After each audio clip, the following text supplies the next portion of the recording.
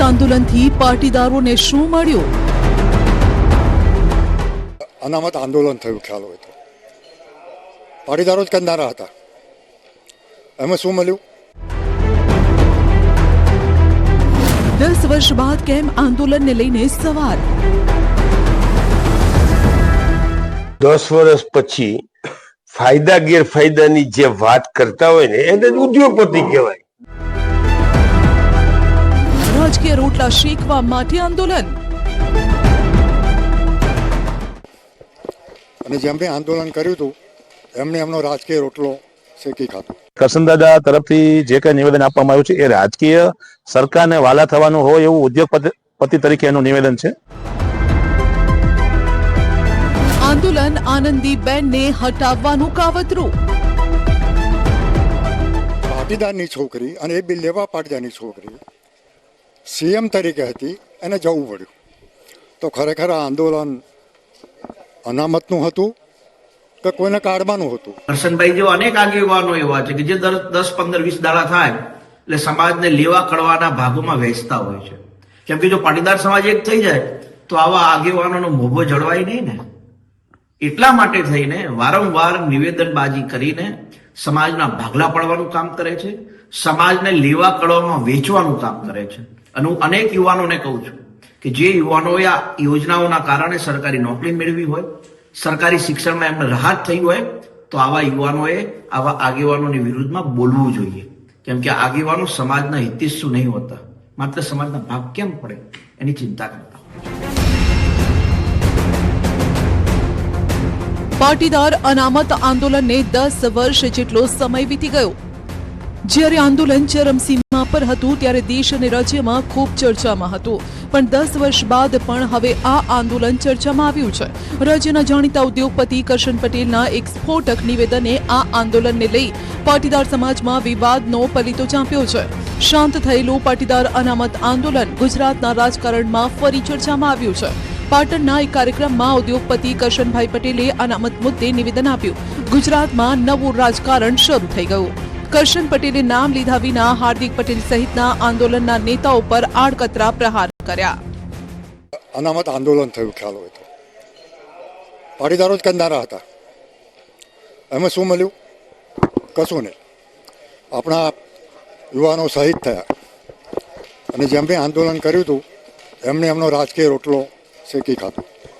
Doctor Karshan પટેલના આ નિવેદનથી પાટીદાર નેતાઓમાં ખળભળાટ મચી ગયો. કરશન પટેલ પર શાબ્દિક પ્રહાર શરૂ થયા. અનામત આંદોલનથી શું મળ્યું તે પાટીદાર નેતાઓએ કરશન પટેલને ગણાવી પણ દીધું.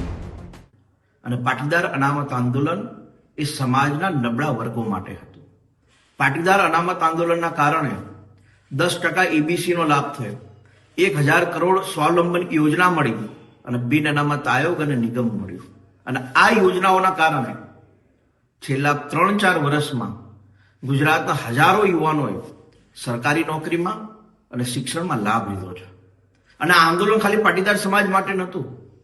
આ આંદોલન ભલે પાટીદાર સમાજોએ કર્યું, પરંતુ લાભ બ્રાહ્મણ સમાજને, રાજપૂત સમાજને, લોહાણા સમાજને, સ્વાની સમાજ, આવા 50 સમાજ છે જેને અનામતનો લાભ નહોતો મળતો. પણ આ આંદોલન થયું ને એના કારણે વિવિધ યોજનાઓ બની એટલે દરેક સમાજને એનો લાભ મળતો થયો. પાટીદાર સમાજ સહિત અન્ય જે બિન અનામત સમાજના સમાજો હતા એને આયોગ મળ્યું, એને 10% EBC અનામત મળી. અને એના કરતાં પણ પાટીદાર સમાજના યુવાનોને નેતૃત્વ મળ્યું. પાટીદાર સમાજના યુવાનોને અન્યાયની સામે લડવાની તાકાત મળી. અને પાટીદાર સમાજના ઘણા બધા લોકો આંદોલનથી રાજકારણની અંદર આવે ને ધારાસભ્ય પણ બન્યા. વિપરીત વાતો છે અને અવળી ઉંમરે સન્માનનીય અને સમાજની અગ્રગણ્ય વ્યક્તિને ઘણી બધી સંસ્થાઓમાં ટ્રસ્ટી પદે રહેલી વ્યક્તિ આવું નિવેદન કરે તો સ્વાભાવિક લોકોને આશ્ચર્ય થાય. અને અમને તો એનાથી સાથે દુઃખ પણ થયું છે કે સન્માનનીય વ્યક્તિના મોઢે આ વાત ન હોવી જોઈએ. અનામત આંદોલનથી આજે EWSના લાભો મળી રહ્યા છે, 10% અનામત મળી રહી છે, યુવા સ્વાવલંબન યોજનાના લાભો મળી રહ્યા છે, બિન અનામત આયોગ બની રહ્યું છે. અને સમાજના કોઈ ઉદ્યોગપતિ 2-5 હજાર કરોડ રૂપિયા વાપરતા નથી, ત્યારે દર વર્ષે 2-5 હજાર કરોડ રૂપિયાના લાભો મળી રહ્યા છે માત્ર ને માત્ર અનામત આંદોલનના કારણે છે.